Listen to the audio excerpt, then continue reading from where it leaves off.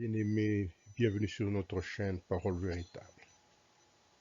Aujourd'hui, nous allons parcourir ensemble les prières efficaces.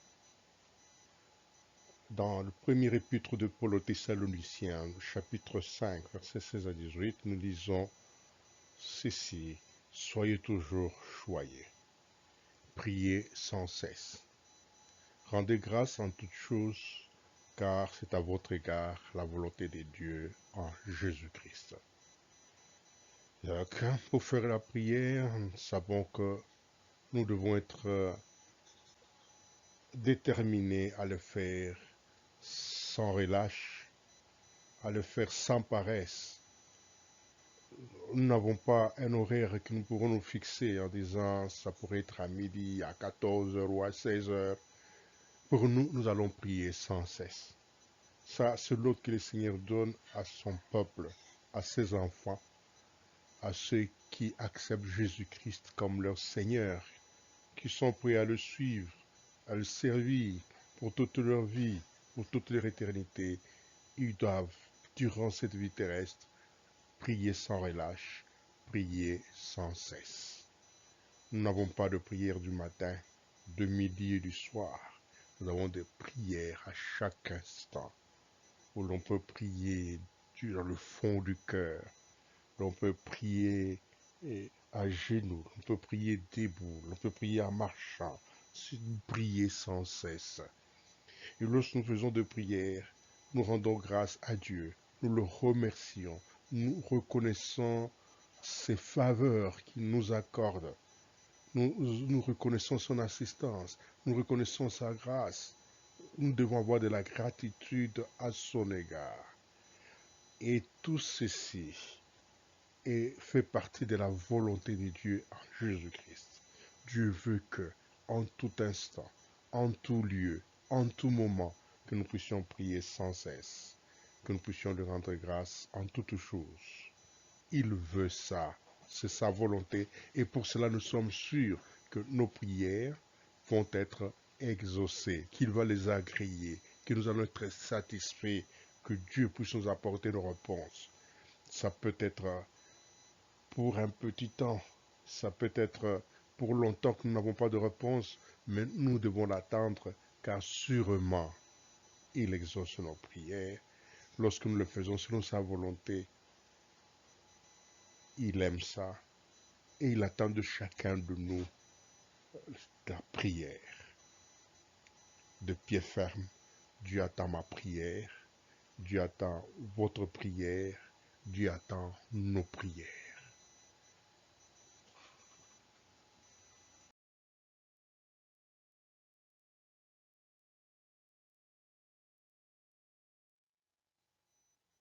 Durant cet entretien sur la prière, nous allons parcourir le contenu suivant. Pourquoi la prière? Quelles sont les conditions de prière? Nous voulons parcourir ici les instructions et préceptes de Jésus-Christ lui-même en personne, ce qui nous donne comme condition de prière. Notre attitude. Nous ne sommes pas seuls. L'importance de nos prières dans les cieux et la protection divine. Pourquoi la prière? Nous avons un plan. Dieu nous aime. C'est pour cela que nous devons prier. Parce que Dieu nous apporte le salut et accomplit ses promesses. Dieu veut demeurer avec nous. La prière représente un acte de reconnaissance à l'égard de notre Dieu. Nous devons prier parce que Dieu, notre Père, a pris réellement possession de son règne. Il a tout le pouvoir avec lui. Parce que Christ, notre Seigneur, est établi chef de l'Église et médiateur. Nous devons prier parce que nous avons maintenant un accès libre auprès du Père. Et parce que au travers de nos prières, Dieu agit et il est glorifié. Voilà les importantes raisons que nous avons de la prière. Nous sommes contents ici de parler que Dieu nous aime. Pourquoi nous devons prier? Parce que Dieu nous aime. La prière ne provient pas lors d'une oppression. Lisons d'abord Jean chapitre 16, versets 26 à 27. En ce jour, vous demanderez à mon nom, et je ne vous dis pas que je prierai le Père pour vous, car le Père lui-même vous aime, parce que vous m'avez aimé et que vous avez cru que je suis sorti de Dieu. Nous n'avons pas de formule de prière à donner à quelqu'un pour dire qu'est-ce qu'il peut dire. Parce que la prière est un acte d'amour, ce n'est pas une oppression. Parce que quand vous avez commencé à dire, si vous faites une erreur sur telle partie de la prière, si vous rentrez dans votre cœur à lui, c'est une expression d'amour. Parce que Dieu nous aime. Il veut entretenir cette communion avec nous. Nous l'avons vu avec Adam. Il venait au jardin d'Éden le voir, s'entretenir avec lui. Jusqu'au jour où Adam était tombé dans le péché. Mais Dieu s'est encore préoccupé encore de nous pour se rapprocher de nous afin que nous puissions lui exprimer notre communion avec lui, que nous puissions l'invoquer. Il dit, le Père lui-même vous aime. Je ne dis pas que je prierai le Père pour vous. Ce n'est pas quelqu'un qui vient nous oppresser. Ce n'est pas quelqu'un qui nous fait peur pour que nous ne pouvons pas, nous devons hésiter d'aller le voir. Et pour cela, il faut chercher un intermédiaire, comme les enfants d'Israël qui disaient, nous ne voulons plus que Dieu nous parle face à face, soit intermédiaire entre toi et lui et nous. Mais Jésus nous dit non, vous devez être en contact avec lui. Il nous aime, il veut que nous puissions le prier. Souvenez-vous de ce voile du temple qui s'était déchiré en deux. Et il est dit, quand Jésus-Christ était à la croix, et on dit, la parole de Dieu déclare, par là Dieu montrait que nous avons un accès libre auprès du Père. Par qui nous présentons nos prières en l'appelant Abba Père. Et Abba Père, c'est par l'Esprit qui est de Jésus-Christ, par qui nous venons demander. Jésus, il veut que nous puissions être directs, que nous puissions nous approcher avec lui. La prière n'est pas une corvée. La prière n'est pas une imposition. Parce que Dieu nous a donné la bouche pour parler et que nous parlons chaque jour avec tout le monde. Nous avons aussi l'occasion de parler avec Dieu parce que nous l'aimons. Les gens parlent avec ceux qu'ils aiment. Nous devons parler avec Dieu parce qu'il nous aime et que nous l'aimons. Pourquoi la prière? La prière parce que Dieu apporte le salut et accomplit ses promesses. Ceci, nous le lisons dans Actes chapitre 2, versets 37 à 39.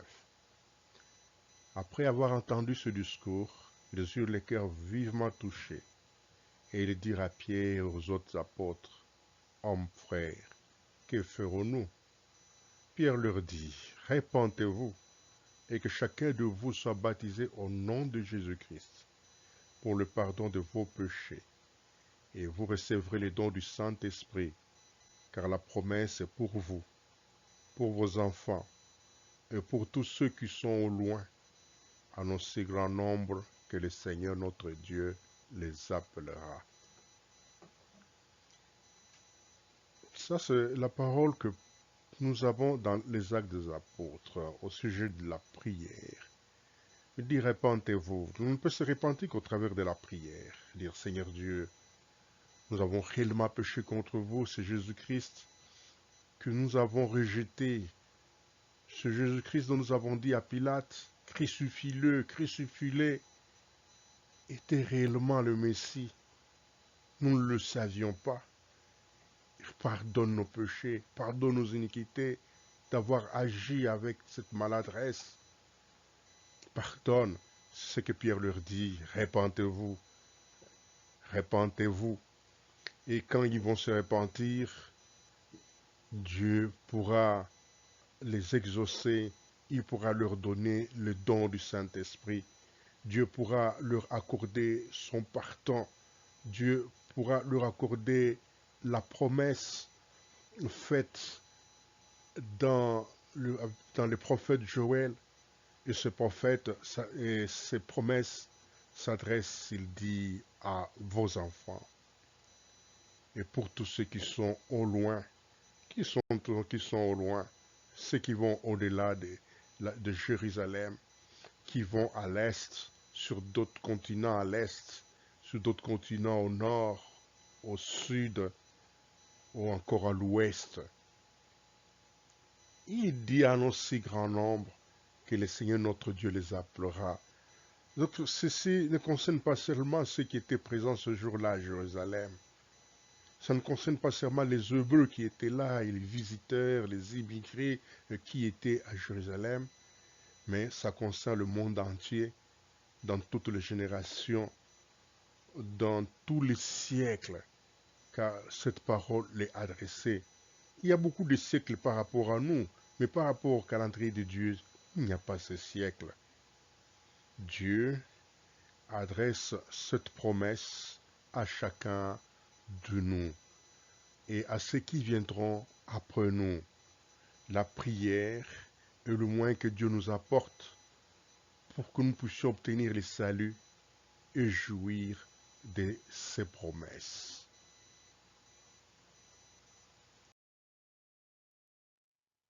Nous prions parce que Dieu nous apporte le salut et au travers de la prière, il accomplit ses promesses.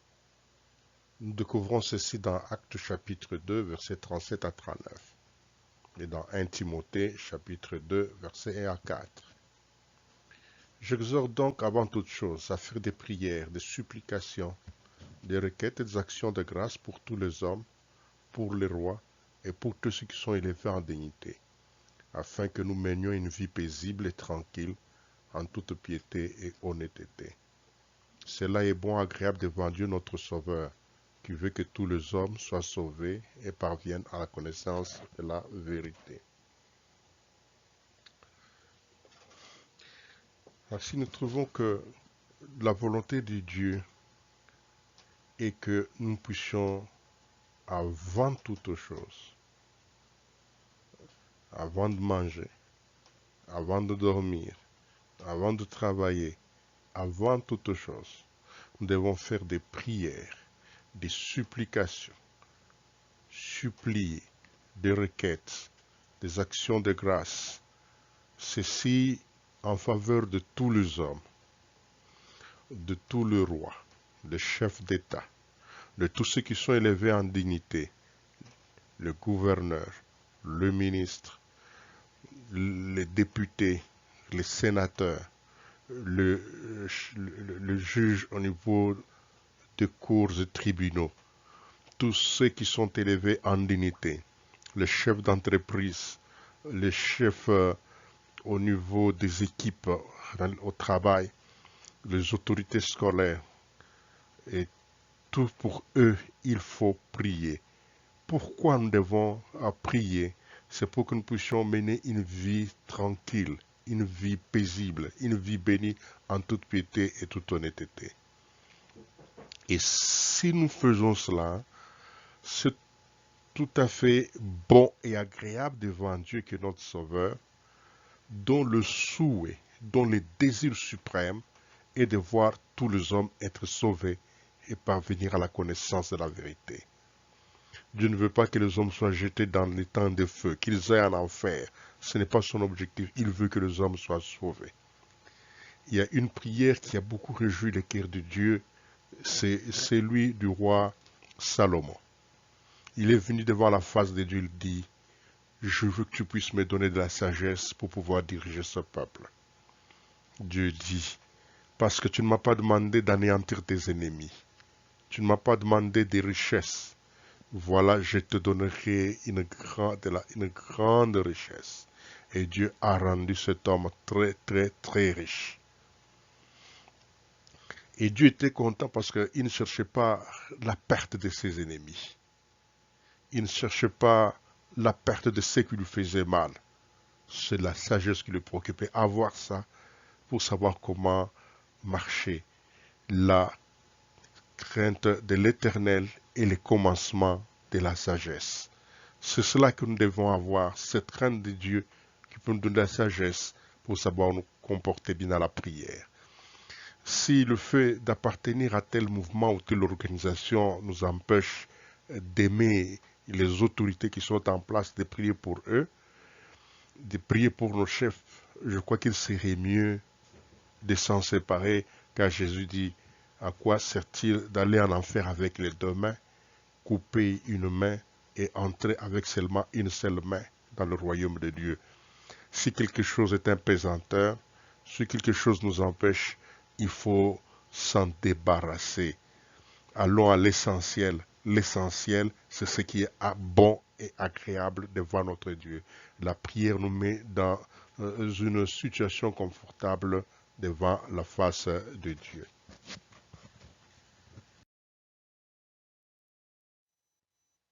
Pourquoi la prière? C'est encore pour une autre raison, parce que Dieu veut demeurer avec nous. Il dit en Apocalypse chapitre 3 verset 20, voici je me tiens à la porte et je frappe. Si quelqu'un entend ma voix et ouvre la porte, j'entrerai chez lui, je souperai avec lui et lui avec moi. Le désir de Dieu, c'est d'être avec nous, c'est de demeurer avec nous. Et cela grâce à la prière. Et vous savez que le temple, qui est le corps de l'homme, est beaucoup convoité par toute la puissance des ténèbres qui veut y habiter. Souvenez-vous tous ce démon que Jésus chassait des corps de gens, des légions qui habitaient dans des corps de gens. Et Jésus est même parti plus loin que il y a des hommes, quand le chasse, le démon, leur maison, leur corps reste pur, propre. Les démons s'en vont et quand ils rentrent, ils ne savent pas y entrer. Et ils vont chercher encore d'autres démons plus méchants que eux pour venir y habiter. Et la dernière condition de cet homme devient plus pure que la première. C'est quelqu'un qui avait crié en Jésus. Il devient un résistant, un réfractaire et un antichrist. Dieu n'a pas créé notre corps pour que les anges, pour que les autres esprits viennent demeurer en nous, c'est pour que lui puisse demeurer en nous. Et cette possibilité par le Saint-Esprit, étant dans la communion avec lui, étant un avec lui, Dieu produit sa nature en nous. Et cela est le fruit de l'Esprit Saint.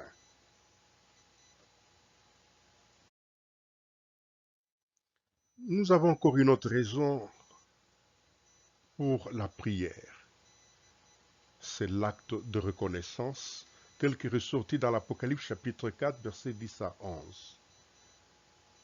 Nous lisons les 24 vieillards se prosternent devant celui qui est assis sur le trône, et ils adorent celui qui vit au siècle des siècles, et ils jettent leur couronne devant le trône en disant, tu es digne, notre Seigneur et notre Dieu, de recevoir la gloire et l'honneur et la puissance, car tu as créé toutes choses, et c'est par ta volonté qu'elles existent et qu'elles ont été créées. Nous avons parfois de mauvaises habitudes dans notre société lorsque quelqu'un est ce que nous considérons d'icône, ce que nous considérons des stars. Tout le monde rend des hommages, des honneurs. Est-ce que vous voyez cet homme, comment il est talentueux? Est-ce que vous voyez les espoirs de cet homme? C'est un génie. Et tout le monde cherche à obtenir la signature de cette personne dans sa carte de visite, obtenir sa signature sur un document qu'on lui donne et pour qu'on puisse s'en souvenir que c'était telle personne qui avait dit ça. Voilà, c'est tel type de choses. Les gens le remettent à des créatures. Non, c'est au Créateur qu'il faut apporter ces actes de reconnaissance. Quelqu'un arrive à aider les gens, à les secourir. Il veut que les gens puissent s'incliner devant lui pour dire c'est grâce à tel. Et il est très content de faire ses louanges. Non, ces louanges appartiennent à Dieu seul au siècle des siècles. L'honneur revient à lui à toute l'éternité. Ainsi la prière, c'est une reconnaissance, c'est une adoration, une révérence à Dieu. Nous lui rendons, nous reconnaissons ce qu'il est.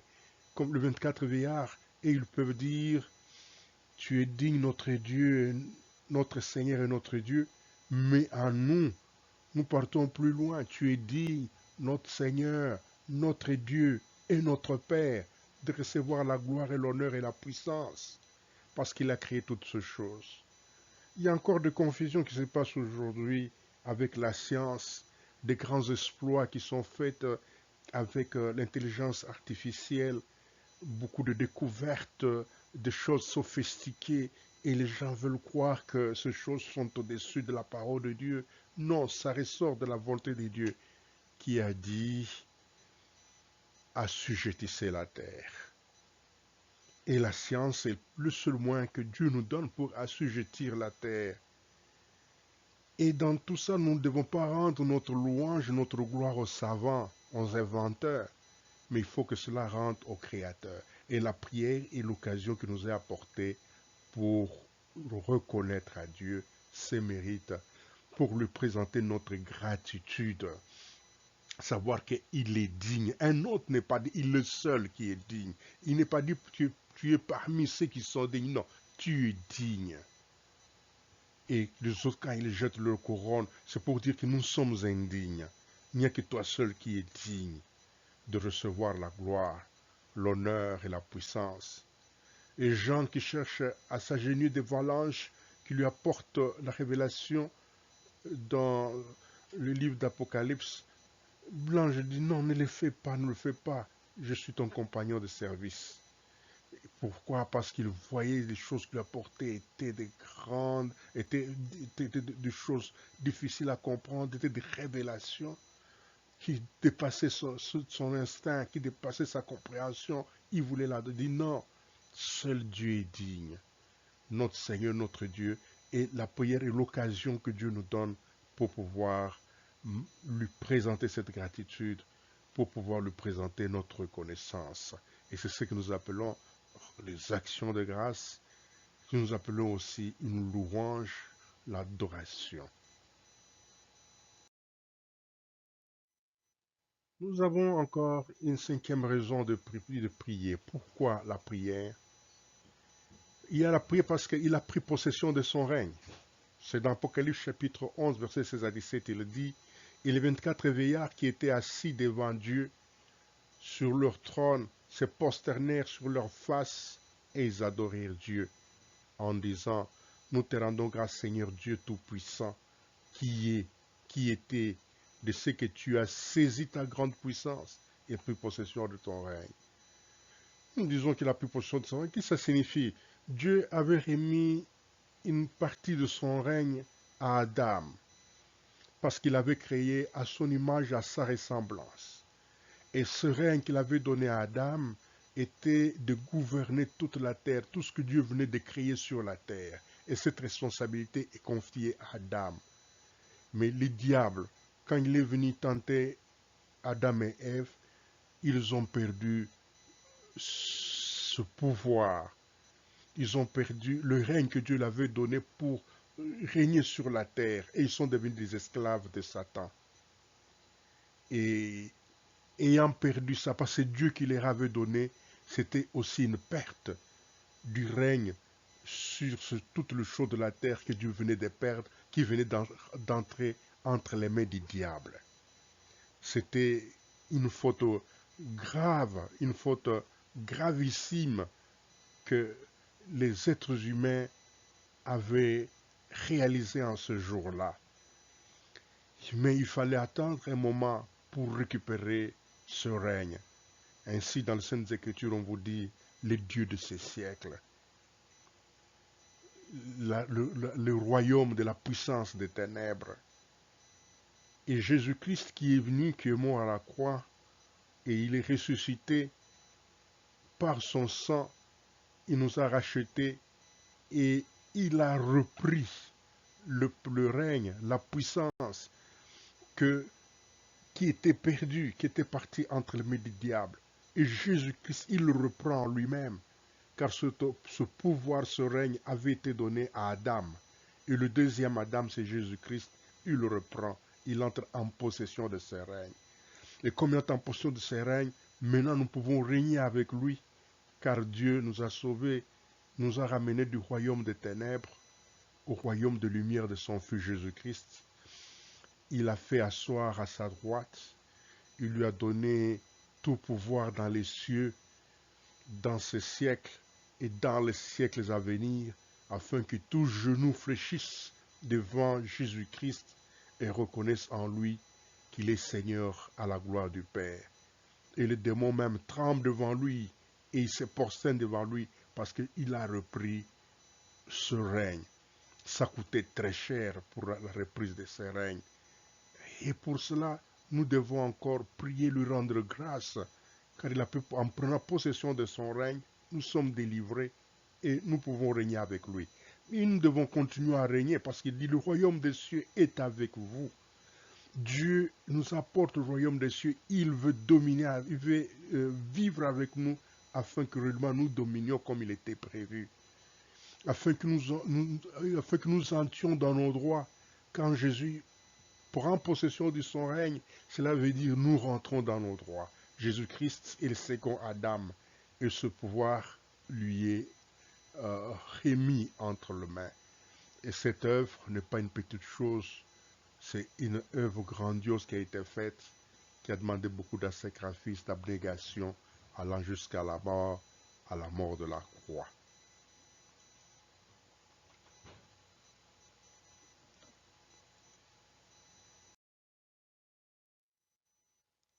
Une sixième raison pour la prière.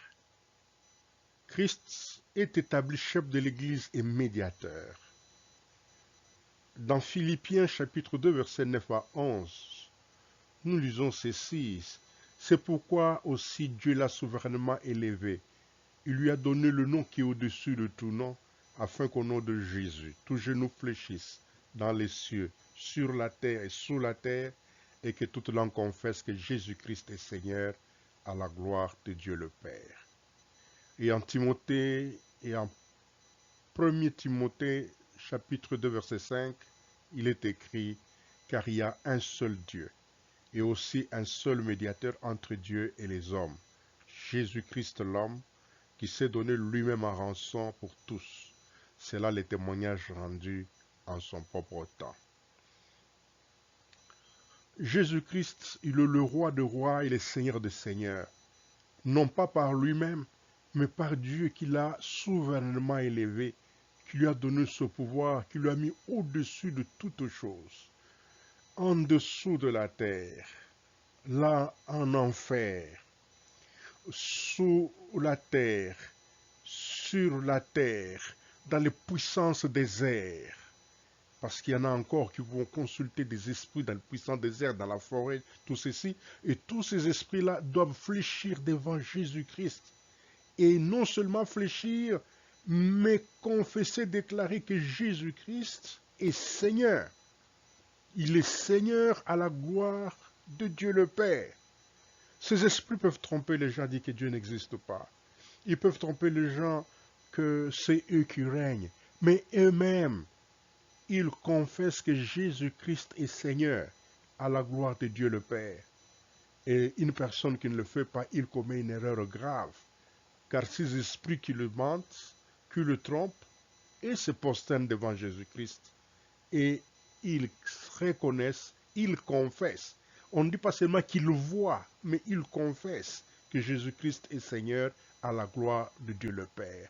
Pourquoi pas nous qui lui appartenons, ne pouvons-nous pas arriver à présenter cette prière, cette louange? Et une autre chose plus importante, c'est de savoir qu'il y a un seul Dieu. Et aussi un seul médiateur entre Dieu et les hommes. Il n'y en a pas deux. Il n'y a qu'un seul Jésus-Christ. Je ne veux pas connaître tel nom, c'est moins important pour moi, c'est moins important pour nous. On dit un seul médiateur. Un être humain ne peut pas être médiateur entre Dieu et les hommes. C'est Jésus-Christ qui est le seul médiateur parce qu'il est assis à la droite du Père, il est notre avocat, il a dû payer cher par sa vie. Jésus-Christ s'était donné lui-même en rançon pour tous, et c'est pour cela qu'il est le seul médiateur. Cessez de prier en vous adressant à d'autres médiateurs pour qu'ils intercèdent pour vous, en s'adressant aux gens qui sont morts pour qu'ils puissent s'adresser à Dieu pour vous. Non, cessez cela. Venez parler à Dieu car nous avons un seul médiateur, c'est Jésus-Christ.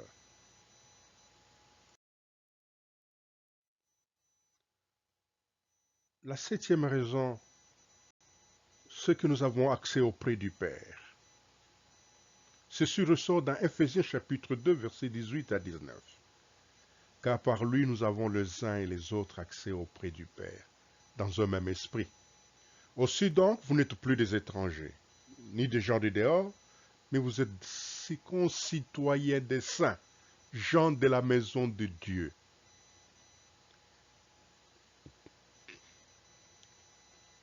Par là, nous trouvons que nous sommes privilégiés.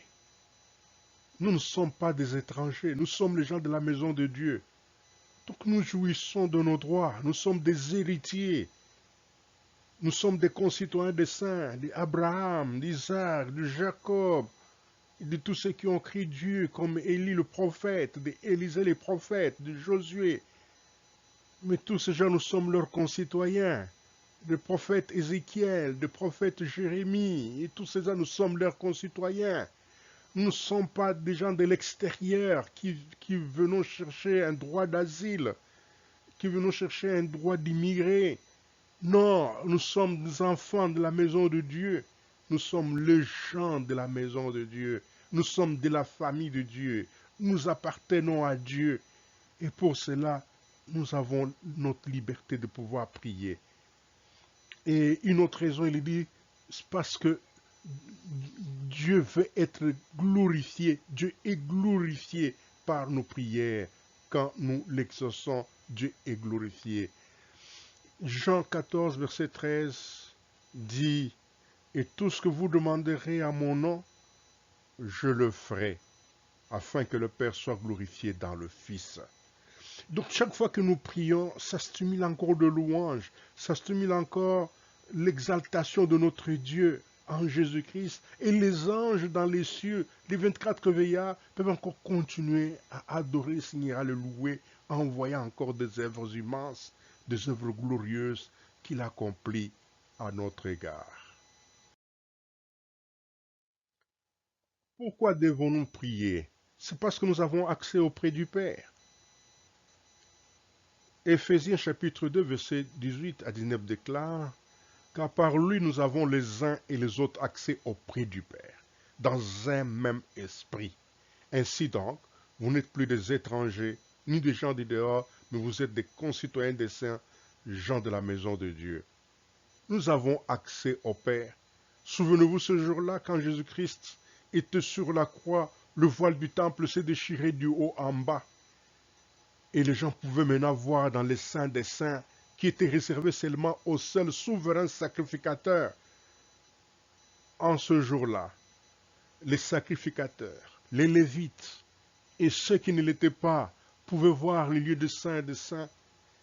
Et les Saintes Écritures confirment dans les évangiles, Dieu démontrait par là que nous avions maintenant un accès libre à sa présence, accès auprès du Père par l'Esprit de Jésus-Christ qui crie Abba Père. Abba veut dire Père, l'Esprit qui est en de Jésus-Christ, qui habite en nous, qui prie en nous, nous aide à invoquer l'Éternel. Et pour cela, il dit, nous ne sommes plus des étrangers, donc nous avons accès. Nous ne sommes pas gens de l'extérieur. N'attendez pas à ce qu'il y ait quelqu'un qui vienne vous imposer les mains pour croire qu'il passe les imposer demain vous êtes béni. N'attendez pas à ce qu'une telle personne de spéciale, de particulier, puisse venir prier pour vous et croire qu'à cause de ces prières que Dieu va vous exaucer. Non, Dieu a besoin de ma prière personnelle. Dieu a besoin de votre prière. Dieu a besoin de nos prières qui puissent lui être adressées directement parce que nous avons libre accès auprès de lui. Il n'y a pas de garde-corps là-bas qui vont nous bloquer pour ne pas avoir accès. Nous n'avons pas d'audience à demander pour nous adresser à lui. Nous avons un libre accès à lui. À chaque instant, sans cesse, nous avons accès à sa présence. Et c'est là par son esprit qui crie à nous, Abba, Père, l'esprit de Jésus-Christ, le Saint-Esprit.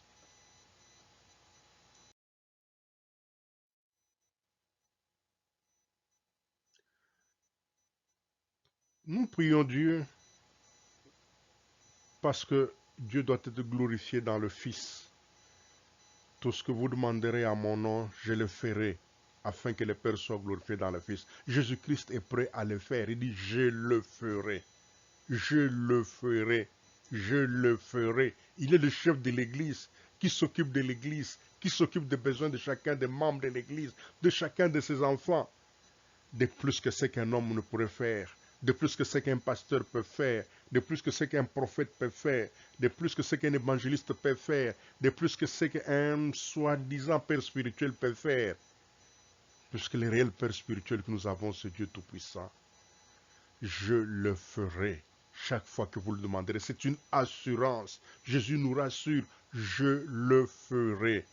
Et pour cela, nous avons tout le privilège de prier. Nous allons prier ensemble. Bien avant ça, nous lisons 1 Timothée chapitre 2 verset 8. Je veux donc que les hommes prient en tout lieu, en élevant des mains pures, sans colère ni mauvaise pensée.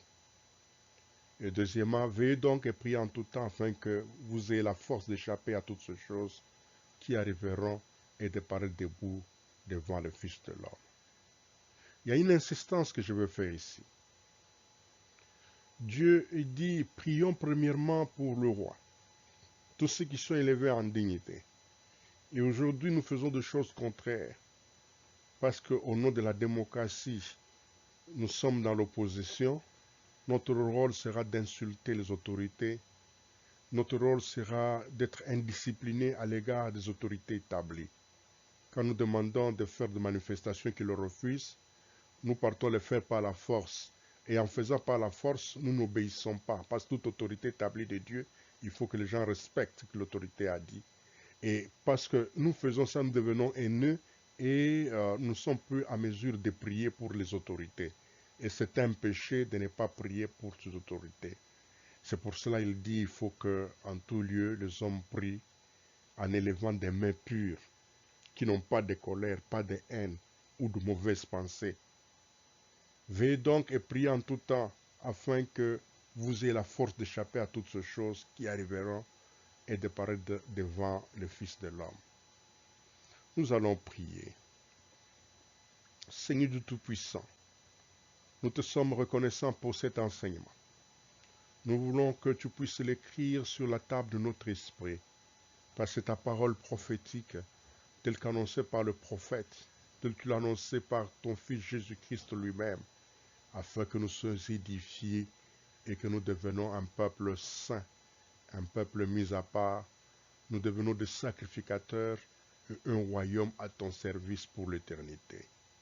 Nous voulons être, Seigneur Dieu, des instruments entre tes saintes mains pour accomplir, Seigneur Dieu, cette œuvre merveilleuse d'être des veilleurs, d'être des sentinelles, d'élever, Seigneur Dieu, toujours nos mains pures devant toi, d'intercéder, Seigneur Dieu, pour nos vies, pour la vie de ceux qui nous persécutent, la vie de ceux qui nous torturent, pour prier, Seigneur Dieu, pour toute autorité établie, Seigneur Dieu, sur cette terre, pour prier pour tout le monde, afin que tous te connaissent, tous marchent dans ta voie et tous demeurent en toi.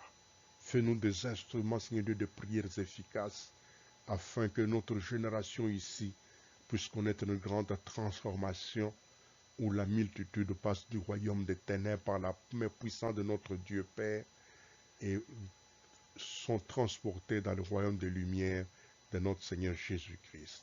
Car l'honneur, la puissance et la majesté t'appartiennent au siècle des siècles. Dans le nom de notre Seigneur Jésus-Christ. Amen.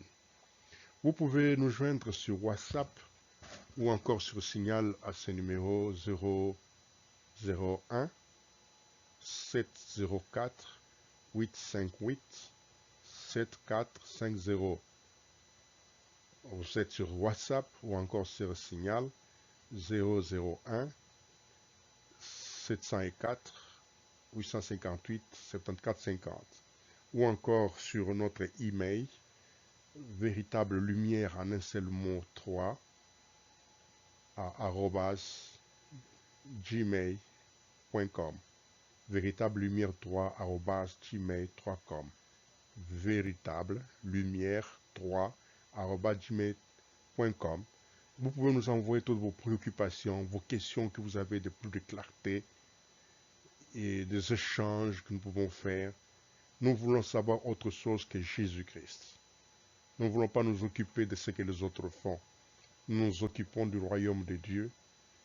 Nous ne nous comparons pas aux autres. Qu'ils font ce qu'ils font, ils sont libres. Et nous aussi, nous sommes libres de nous occuper de ce qui est de la parole du royaume de Dieu que nous représentons. Ici, c'était sur notre chaîne Parole Véritable. Parole Véritable est une chaîne d'enseignement biblique, d'éclaircissement des prophéties divines que Dieu a données, et la parole de Dieu est les condensés même de prophéties divines. Que l'Éternel notre Dieu et Père vous bénisse, qu'il bénisse vos familles et vous rende prospères. Et à bientôt.